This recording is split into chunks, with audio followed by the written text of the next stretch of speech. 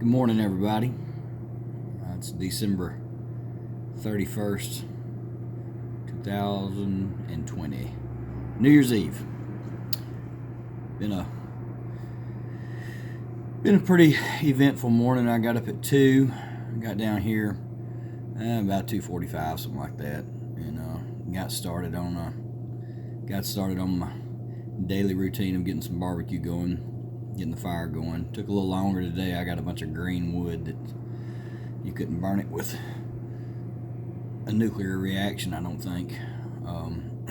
Anyway, that's not what I'm here to complain about. Not really here to complain about anything, just touching base with everybody. Been doing these videos now for a couple weeks, one every week and a half, 2 weeks, something like that.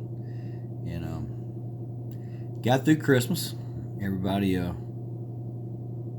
seemed to have a really, really good Christmas, in spite of some family hiccups. We had, I've touched on already. We lost Olivia's mother, and just some, that really puts a damper on the holidays when you've lost an immediate family member like that. Anyway, kids had a great Christmas. Everything is about like it should be, in spite of all the craziness that goes along with this year, or that's gone along with it. It's been a hell of a year, it looks like.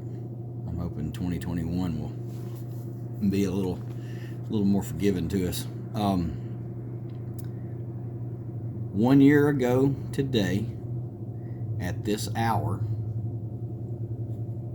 that deer right there bit the dust at the hands of my then 10-year-old son.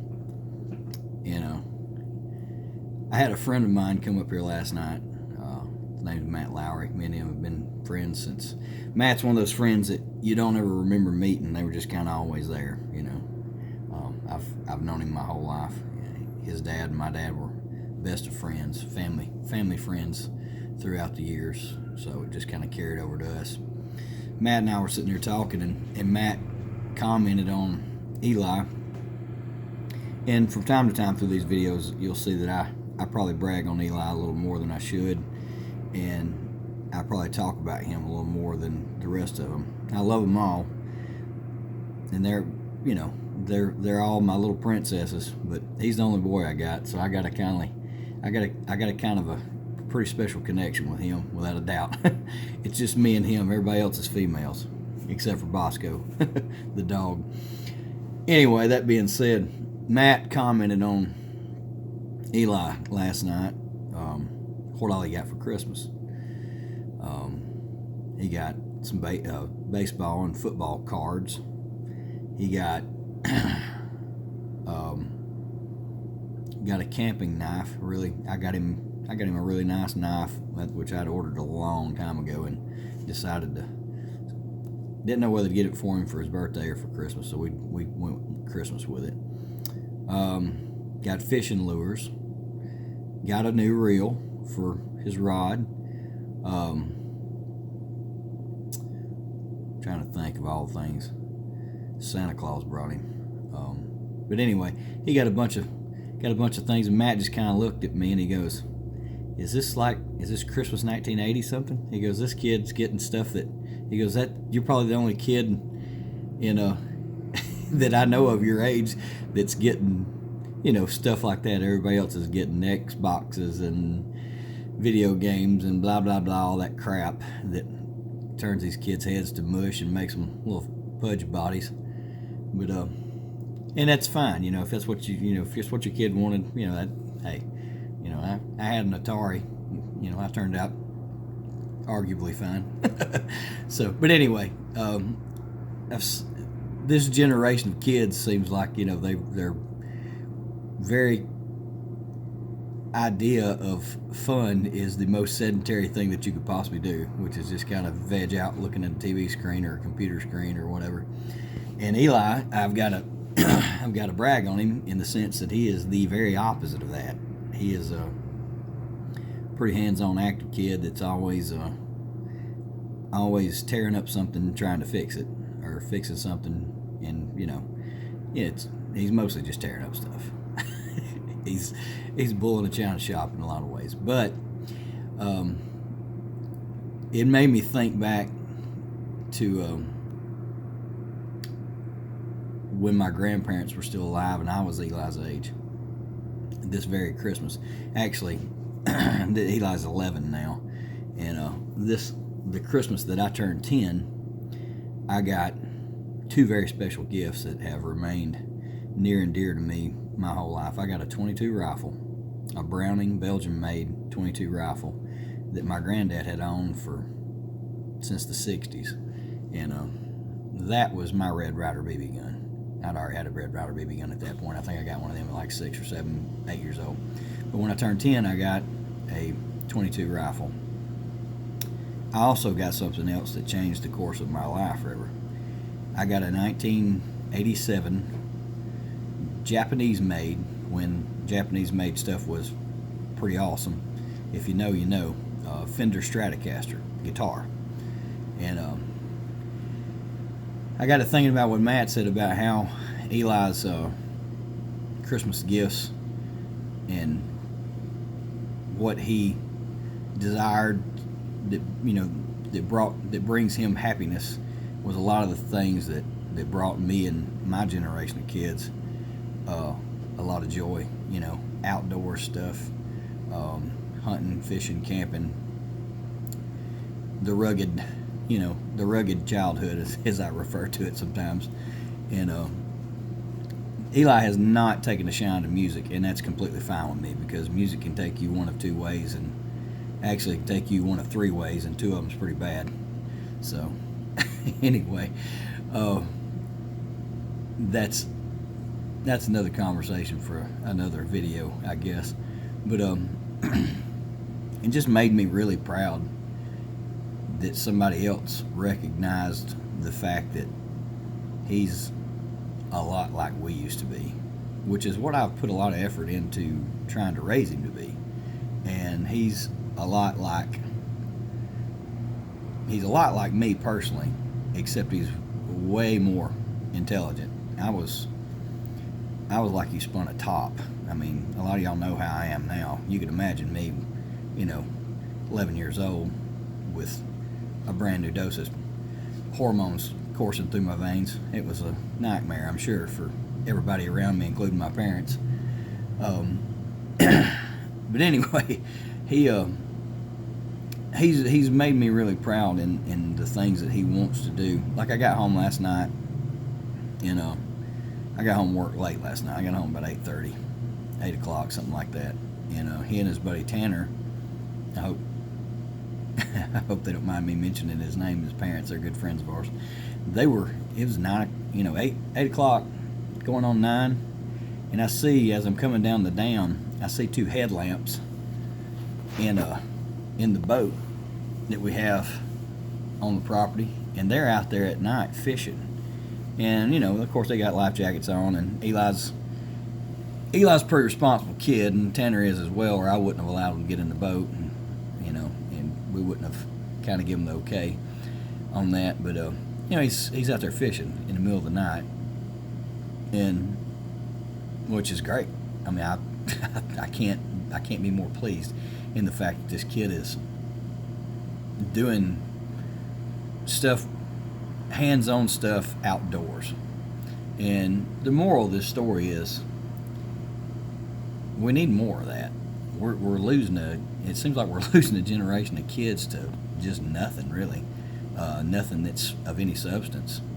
I mean, you'll wind up with, and I've preached about this a bunch on Facebook and all this kind of junk, but kids are going to be kids. They have a selfish nature that drives them to do what they want, that gives them satisfaction right now, that makes them feel good right now. There ain't nothing wrong with that. I mean, kids need to feel good, but at the same time, let's drive them in the direction to do something that makes them feel good, that has some substance to it, that they learn something.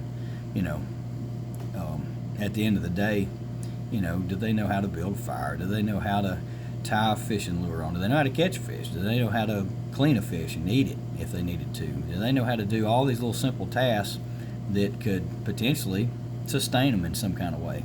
Or do they know how to hit X, A, and B on a controller and score a point on a TV screen that means nothing? Means absolutely nothing. And I'm a big advocate for teaching kids about the outdoors. A big advocate. You can ask my wife. It causes an eye roll at our house to that point. I'm staunch against a lot of the things that are going on today that entertain kids. Santa Claus got him a Segway, and I don't know if you know what a Segway is, but it's this thing the kids stand on, and it's, it just propels them around the road and the room and wherever they're riding it at. And I'm like, great, we got them something where they don't even have to walk now. So anyway, so my kids are not, they're not immune to getting any of that stuff. They get their share of it, I'm sure, probably secretly that I don't know about. But anyway, we've pushed him in a direction that's developing him mentally and physically, and I think that that's really going to help him a whole lot down the road, because the way things are going, man, it's just going to be like the blind leading the blind, it seems like. So anyway, I've kind of driven that home, and I just wanted to say that I really appreciate Matt pointing out and recognizing the fact that he's a little different. He's a little, and he's being not that he's different. He's just like every other kid, but he's being raised a little different. And it was kind of pointing out, kind of an attaboy, I guess, to me and Olivia. It's something that something that's going to benefit him in the long run. I'm really, really proud of him. And back to that deer over there on the wall, that guy, we were hunting, and the day before, which would have been December 30th, we had a chance to shoot 6 does, and he was dying to shoot a doe, because it was like the last 2 days of doe season. And I just told him, I was like, man, look, be patient, don't waste the opportunity to get a really nice buck. And he was mad at me when we left that evening. And I said, well, we'll go back in the morning. Tomorrow's the last day of deer season, and if you get the chance, you get the chance, and if you don't, you just don't. I've deer hunted the whole season, not shot a deer, not even pulled the trigger on one. And anyway, so we go back the next morning, 6 a.m. Bam, he gets an 8 point the first time he ever pulls a trigger on a deer. And I'm like, who else is this going to happen to?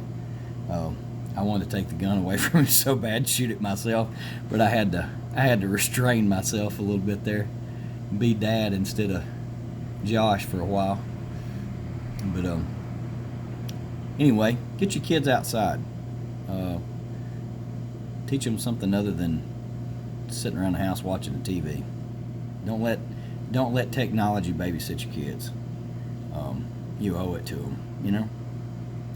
You owe it to them. That's their memories when they grow up are going to be, we got to play a lot of video games, or we got to watch a lot of SpongeBob, and do something with them, and they'll benefit from it greatly. You will too as well. I know I've benefited from it as much as Eli has, if not more. Been one of the greatest joys of my life is watching him progress and learn and advance in skills and stuff. So anyway, that's my video for the day, I guess. Just a little token of appreciation for a friend and his acknowledgement of our hard work with Eli.